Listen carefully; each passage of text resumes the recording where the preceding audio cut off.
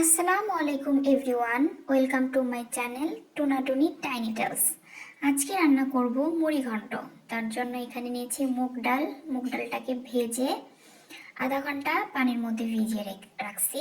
তো এখানে পেঁয়াজ কুচি নিয়েছি, মরিচের ফালি করে নিয়েছি, আর এখানে ধনিয়া পাতার যে গোড়ার অংশটা থাকে সেটা কুচি করে নিয়েছি। এটা মশলা কষানোর সময় দিয়ে দিতে হবে। তো এখানে মাছের মাথাটা টুকরো টুকরো করে কেটে এখানে সুন্দর করে ধুয়ে তার মধ্যে হলুদ আর লবণ মিশিয়ে তারপরে এখানে ভাজতেছি। তো মিডিয়াম ভাজি করে নিতে হবে। ভেজে মুড়িঘণ্টতে দিলে মাছের টুকরোগুলো বা মাথার টুকরো তাহলে অনেক মজা আসে, একটা সুন্দর মাছ ভাজার যে ফ্লেভারটা ওইটা পাওয়া যায়। চাইলে কাঁচাও দেওয়া যেতে পারে। তো এখানে আমি এখানে মাছের টুকরোগুলো সব ভেজে তারপরে উঠিয়ে নিব। উঠিয়ে নিয়ে একই যে তেলটা কড়াইয়ের মধ্যে থাকবে সেই তেলের মধ্যে আমি পেঁয়াজ কুচিগুলো দিয়ে দিব। এগুলো ভাজা হয়ে গেলে আমি বাকিগুলো ভেজে তুলে নিব।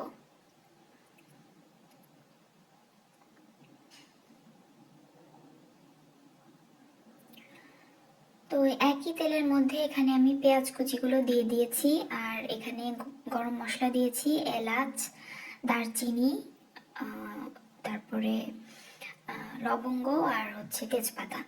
এগুলো দিয়ে সুন্দর করে নাড়াচাড়া করতে হবে। যখন পেঁয়াজটা সফট হয়ে আসবে বা একটু লাল হয়ে যাবে তখন সব মশলাগুলো দিয়ে দিতে হবে। তো মশলার পরিমাণটা যা যা মশলা আমরা মাংসে ব্যবহার করে থাকি সব মশলাই দিতে হবে, কিন্তু পরিমাণে একটু বেশি দিতে হবে, কারণ মুড়িঘণ্টতে মশলা একটু বেশি দিলে মুড়িঘণ্টটা মজা হয়। তো পেঁয়াজ সফট হওয়া পর্যন্ত আমরা অপেক্ষা করব। তো সফট হয়ে এলে তার মধ্যে সব মশলাগুলো দিয়ে দিয়েছি।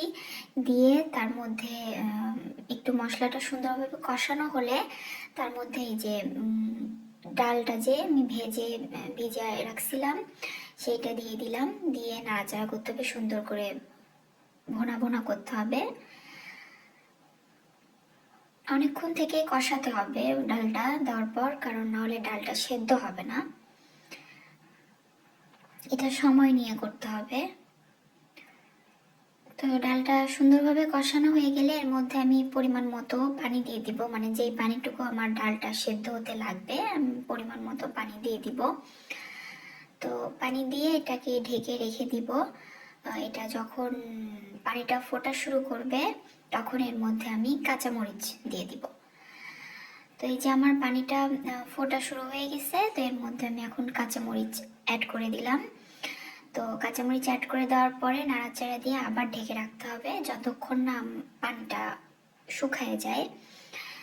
তো পানিটা শুকিয়ে গেলে আমি এর মধ্যে ধনিয়া পাতা দিয়ে দিব। ঢেকে দিলাম। তো এই যে আমার ডাল সেদ্ধ হয়ে গিয়েছে এবং আমার পানিটাও শুকিয়ে গিয়েছে। এখন আমি যতটুকু পানি আমার ডালে দরকার আমি অতটুকু রেখে আমি চুলাটা অফ করে দিয়েছি। ধনিয়া পাতা দিয়ে দিয়েছি। ধনিয়া পাতা দেওয়ার পর বেশিক্ষণ আর ডালটা মানে মুড়িঘণ্টটা জাল করা লাগবে না। তো এখানে আমার এই যে চুলা আমি অফ করে দিয়েছি। এই যে চুলা অফ করে দেওয়ার পর এই যে আমার ডালটার এরকম একটা কনসিস্টেন্সি থাকবে। তো এই যে আমার মুড়িঘণ্ট রেডি। আল্লাহ হাফেজ।